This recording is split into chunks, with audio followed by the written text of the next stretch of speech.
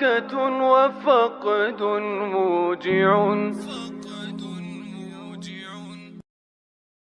Indonesia ini jadi aman, jadi merdeka, jadi makmur itu karena kenapa?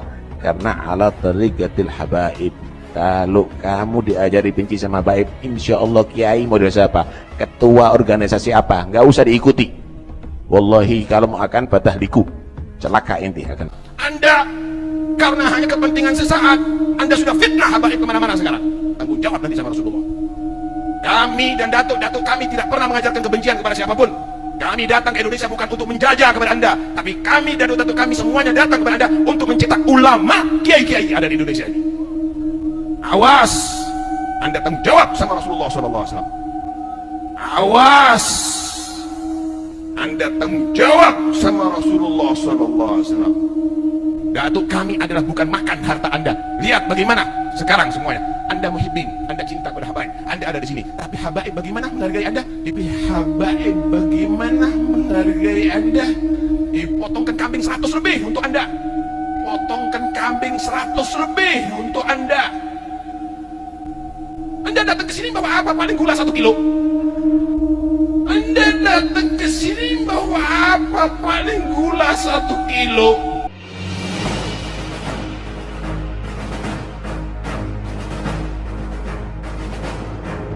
Benarkah para habib turunan Yaman yang datang ke Indonesia, khususnya Pulau Jawa untuk berdakwah? Narasi ini ditujukan untuk menanggapi seorang habib, Ketua Robitoh Alawiyah, yang berkoar-koar dengan semangat berapi-api mengatakan bahwa datuk mereka dahulu datang ke negeri ini untuk mencetak kiai dan ulama. Mari kita simak sebuah ulasan yang ditulis oleh Kiai Haji Ali Badri. Namun harus diingat, tanggapan ini diharapkan bisa menjadi kajian ilmu dan ditulis bukan dimaksudkan untuk kebencian. Bagi Anda yang ingin menanggapi, memberikan kritik, silahkan tanggapi, dan tentu saja harus dengan tanggapan yang argumentatif. Bagi Anda yang pernah belajar sejarah dan sosiologi, tentu ini sangat baik untuk ditelaah kembali sejarah silam tanah negeri ini, agar kita semua mengerti dan tahu siapa kita sebenarnya. Begitu pula tanggapan dan pandangan para tokoh sejarah agar bisa mengungkap fakta sejarah yang sebenarnya yang selama ini ada catatannya namun tidak pernah diungkap di publik. Habib Taufik Assegaf Pasuruan, Ketua Rabitoh Alawiyah, dalam ceramahnya dengan berapi-api mengatakan bahwa datuk mereka datang ke tanah negeri Jawa telah banyak berjasa mencetak kiai. Ungkapan Habib Taufik tersebut juga ditulis dalam catatan Kiai Haji Ali Badri yang diungkap pada perdebatan seorang tokoh penulis buku dengan salah seorang Habib di Malang, Jawa Timur. Pengakuan Habib Taufik tersebut jelas bertentangan dengan fakta sejarah yang sesungguhnya. Habib Ja'far bin Syaihon Assegaf, yaitu kakek Habib Taufik itu sendiri, datang ke tanah Jawa pada tahun 1918. Habib Soleh Al-Hamid Tanggul juga datang ke tanah Jawa pada tahun 1921.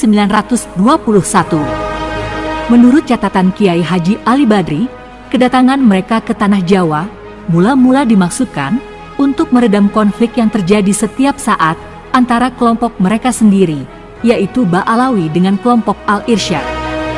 Konflik ini terjadi lantaran adanya perselisihan yang tak berkesudahan soal larangan pernikahan antar golongan mereka sendiri, yaitu Syarifah dengan non-Sayyid. Dalam hal ini, di kalangan mereka sendiri, ada yang sepakat dan ada yang menentang, sehingga memicu terjadinya beberapa konflik. Sebuah kitab Al-Istizadah, karangan Habib Abdurrahman Ubaidillah Assegaf, dalam kitab itu, sebenarnya banyak fakta-fakta sejarah kelam Ba'alawi dan kelompok Al-Irsyad, serta kelompok Arab lainnya. Namun dari beberapa keterangan yang diungkap dalam kitab itu, ada hal-hal yang tidak pantas untuk diungkap, yang dapat menimbulkan kesan negatif terhadap mereka. Kitab Al-Istizadah, halaman 1375, Habib Abdurrahman Ubaidillah Assegaf menuliskan bahwa pada masa-masa terjadinya konflik, hampir semua Ba'alawi dan imigran Yaman lainnya sedang dalam kondisi akhlak yang terburuk. Sehingga banyak kalangan bangsa-bangsa Arab sendiri yang menilai bahwa kelompok-kelompok ini membuat bangsa mereka sendiri malu. Telah banyak ulama serta utusan raja-raja Arab yang datang ke tanah Jawa untuk mendamaikan mereka antara kelompok Ba'alawi dan Al-Irsyad. Bahkan, bukan hanya tokoh dan ulama, para habib dari Yaman pun mereka datang untuk mendamaikan mereka, namun semuanya sia-sia alias gagal.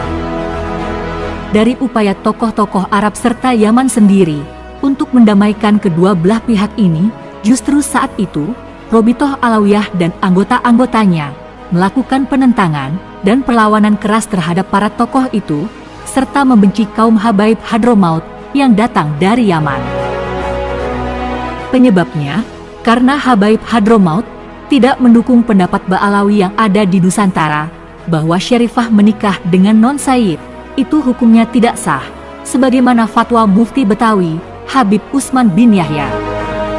Jadi, kelompok Habib Yaman yang datang ke tanah Jawa pada masa itu dimaksudkan untuk mendamaikan keluarga mereka sendiri yang tidak tahu malu bertikai di negeri orang. Namun, upaya semua para Habib itu gagal dalam misi mereka. Dari kegagalan ini, sebagian mereka pulang ke Yaman dengan tangan hampa dan sebagian lainnya menetap dan berteman dengan ulama pribumi. Sementara umat Islam pribumi saat itu sedang fokus untuk perjuangan kemerdekaan yang dipimpin oleh para kiai turunan Wali Songo. Pada saat itu, tanpa habaib dari Yaman pun, agama dan keilmuan umat Islam pribumi sudah berkembang, sudah sangat baik yang jauh sebelumnya sudah diajarkan oleh para Wali Songo. Konflik imigran Yaman itu membuat umat Islam pribumi sedikit terganggu. Setelah gagalnya misi para habaib itu, dan sebagian mereka tidak pulang ke gurun pasir tempat asal mereka, penduduk pribumi sangatlah toleran kepada mereka. Dengan senang hati, mereka diterima oleh para kiai lokal panutan umat Islam pribumi, yang notabene banyak dari kalangan mereka juga turunan Rasulullah non-Ba'alawi. Andai saja ulama dan kiai lokal tidak mau menerima keberadaan mereka, niscaya mereka juga akan kembali ke Yaman, gurun pasir tempat asal mereka, seperti yang lain. Walaupun fakta sejarah mencatat, para kiai lokal telah banyak diintimidasi kolonial Belanda, mereka dipaksa untuk menerima keberadaan kaum urban Yaman itu. Terutama para habib yang gagal misi dan tidak kembali ke Yaman. Tetapi, bagi ulama pribumi, tanpa faktor dipaksa oleh Belanda pun, mereka sungguh legowo menerima keberadaan mereka di tanah negeri ini. Dari itu, keturunan mereka seperti Habib Taufik Assegaf Pasuruan dan Habib-Habib lainnya seharusnya berterima kasih kepada kiai-kiai dan umat Islam pribumi. Bukan malah merasa dan mengaku-ngaku dirinya berjasa lewat kehidupan datuknya dulu yang justru bertolak belakang dengan fakta sejarah yang sebenarnya. Seandainya mereka tidak diterima oleh ulama pribumi, jelas habaib gagal misi itu yang dakwahnya ditolak oleh para Ba'alawi keluarga sendiri, itu dipastikan kembali ke Yaman, gurun pasir tempat asal mereka, dengan tangan hampa.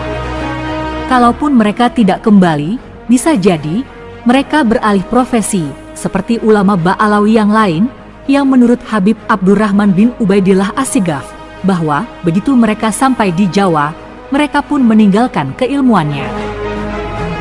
Dalam catatan kaki, dalam kitab Al-Istizadah, halaman 1405 karangan Habib Abdurrahman Ubaidillah Assegaf, menjelaskan kelompok urban Yaman telah banyak yang meninggalkan keilmuannya.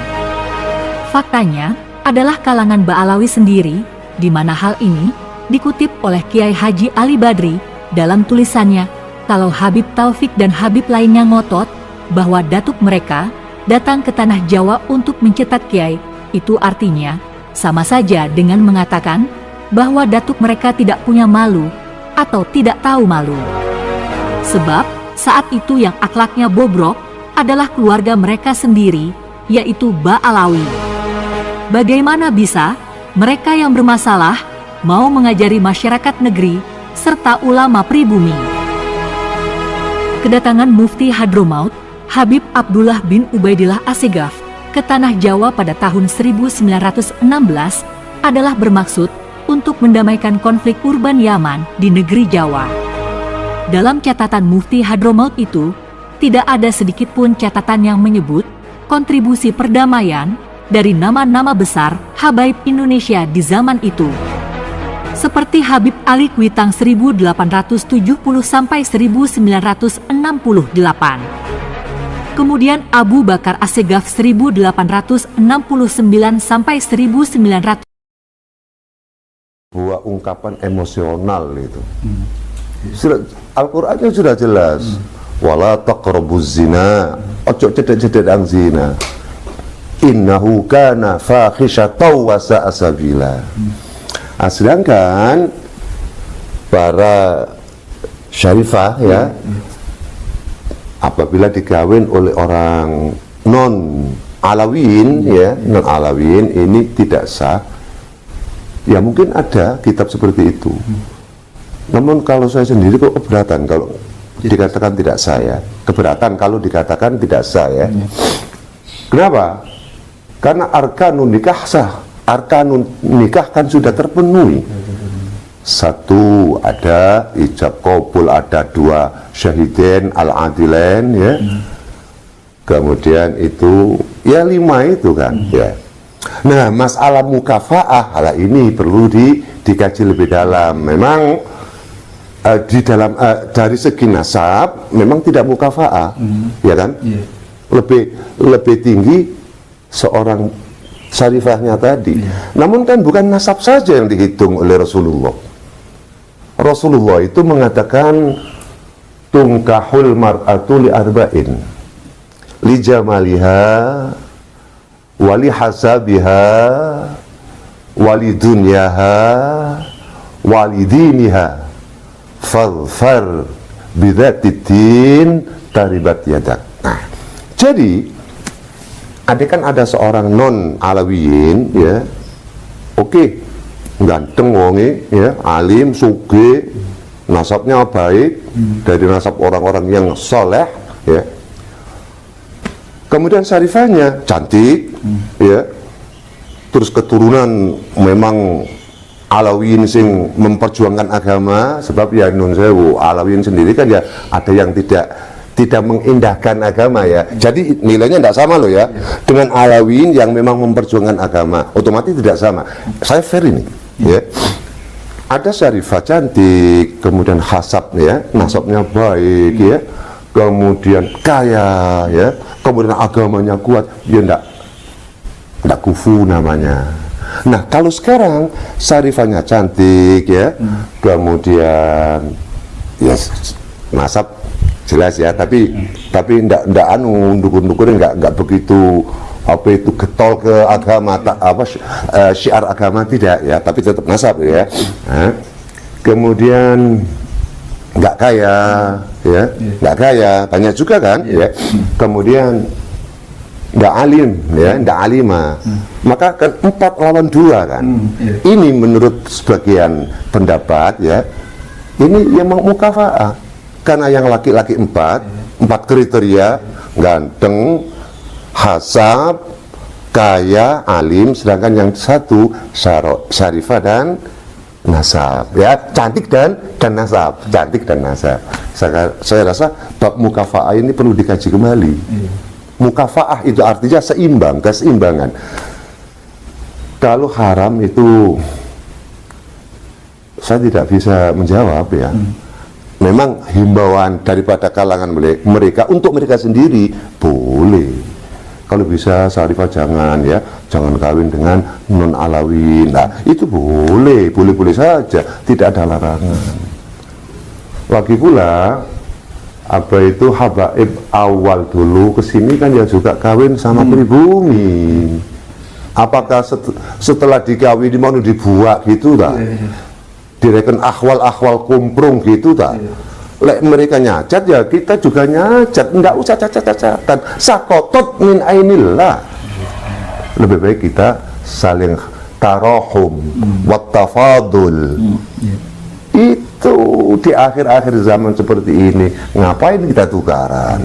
Apalagi ekonomi sekarang, Masya Allah, ini menyeluruh ya, secara internasional ya, karena perang Ukraina dengan Rusia kan masih belum selesai, jadi dampaknya pada semua. Nah, kita njaluk nang Gusti Allah, muka-muka umat Islam dirukunno, kan begitu.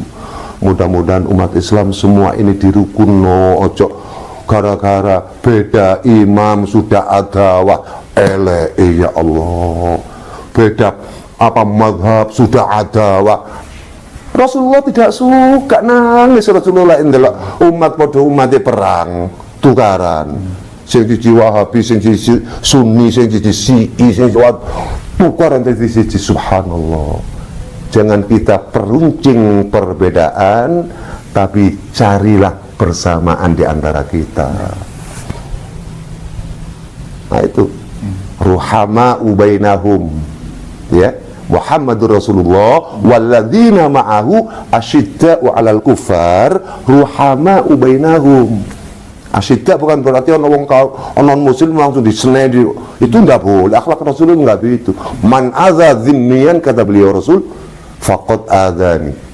Barang siapa yang menganiaya non muslim yang damai, ya, yang tidak memerangi, yang bukan harbi, maka orang itu sama saja memerangi diriku. Ayo kita rukun, apalagi di bangsa Indonesia ini, ya opo, kurang opo, kurang apa nih, enak wis, tanahnya penak, banyune penak, lah tinggal kita sama-sama semuanya ya, memperbaiki diri kita sendiri masing-masing. Wis stop perbedaan, ndak ada manfaat sama sekali, sampai kiamat benar-benar tetap akan merugikan diri kita sendiri sebagai apa, umat Islam. Maksud saya balik nang Gusti Allah, sing apik ku malah wong iku tawadhu kok.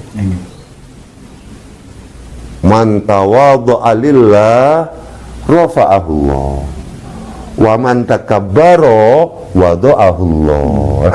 Lebih baik kiainya juga begitu, para kiai ya, kita kedepankan sifat tawadhu. Ya maaf saya sendiri ya belajar tawadhu ini, juga zuriyahnya. Ayo kita kedepankan tawadhu, jangan merasa paling benar, paling hebat. Keliru semua itu, ya. Kita kanok manis kalimatan wahidah kok ya, kalimatun sawa bainana, la ilaha illallah Muhammadur Rasulullah. Nah, yang tertawa orang-orang di luar kita,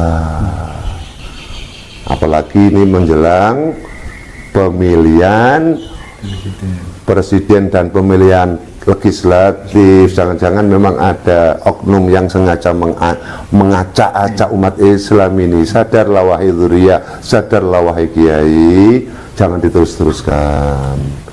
Silakan nanti yang mumpung saya kita tak kei masukan, kalau memang mau silakan Anda pilih siapa yang Anda suka. Anda suka Prabowo silakan, Anda suka Ganjar Pranowo silakan, Anda suka Anies Baswedan silakan. Toh itu adalah putra-putra bangsa Indonesia terbaik, ya. Kenapa kok saya mengatakan terbaik? Andai kan tidak terbaik, tidak mungkin ada yang memilih, ya kan? Nah, silakan Anda. Ayo kita berkompetisi secara elegan.